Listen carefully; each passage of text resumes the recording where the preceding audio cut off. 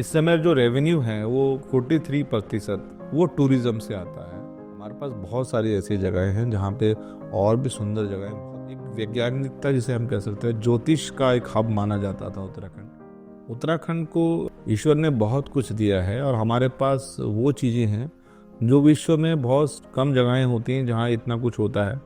प्रकृति ने हमारे को बहुत आशीर्वाद दिया है। हमारे यहाँ हरियाली से लेके, झरनों से लेकर, प्राचीन मंदिरों से लेकर, ये चीज़ें हम लोगों के पास है और ये धरोहर हमारे पास है।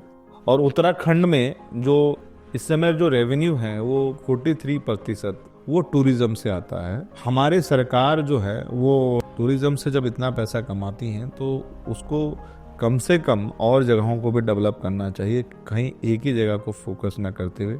क्या है कि एक ही बेल्ट को जब फोकस किया जाता है तो ओवर क्राउडेड हो जाता है, इतनी भीड़ हो जाती है कि भीड़ को संभालना बहुत मुश्किल है।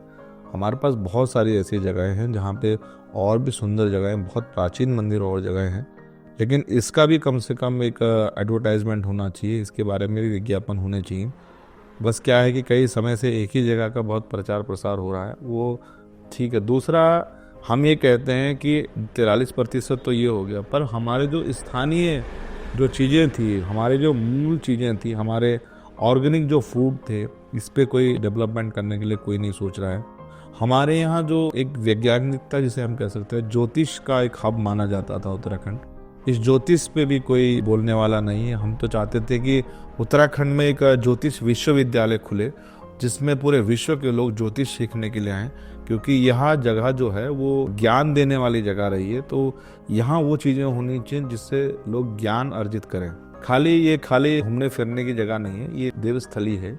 और यहाँ से हम लोग अपने ब्रेन को, आध्यात्म हो या मेडिटेशन हो, इससे ठीक कर सकते हैं।